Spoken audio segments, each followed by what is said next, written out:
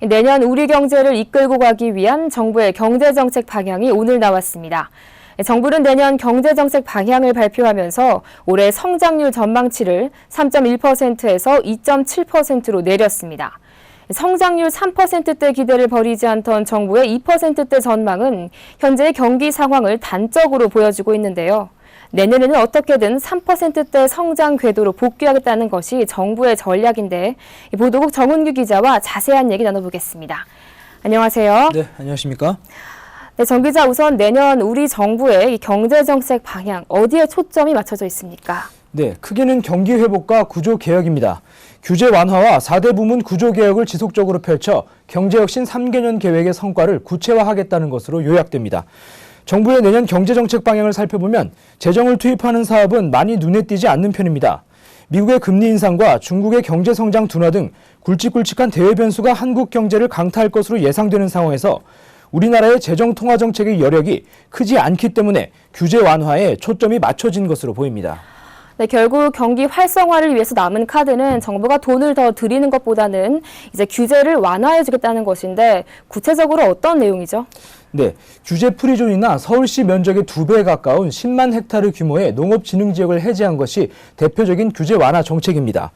우선 규제 프리존은 신성장 산업 육성과 경제 활력 촉진을 위해 수도권을 제외한 전국 14개 시도에 만들어지게 됩니다.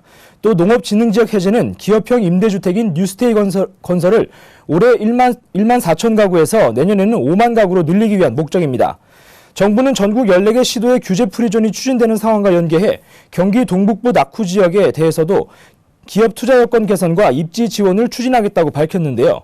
경기 동북부 낙후 지역은 서울에서 멀지 않은 수도권이기 때문에 여러 기업이 경쟁적으로 투자하겠다고 달려들 가능성이 높습니다. 네, 또 우리 정부가 우리 경제 체질을 바꾸기 위해서 구조개혁도 내년에는 마무리할 방침이라죠? 네, 내년 경제정책 방향에는 노동, 공공, 금융, 교육 등 4대 부문 구조개혁 완성에도 방점이 찍혀 있습니다. 2017년 대선이라는 정치 일정을 고려하면 경제혁신 3개년 계획의 핵심인 4대 부문 구조개혁을 마무리할 수 있는 실질적인 시간은 내년뿐이기 때문입니다. 우선 정부는 노동개혁과 관련해 5대 입법을 마치고 노사정 합의에 대한 후속 조치에 나설 방침입니다.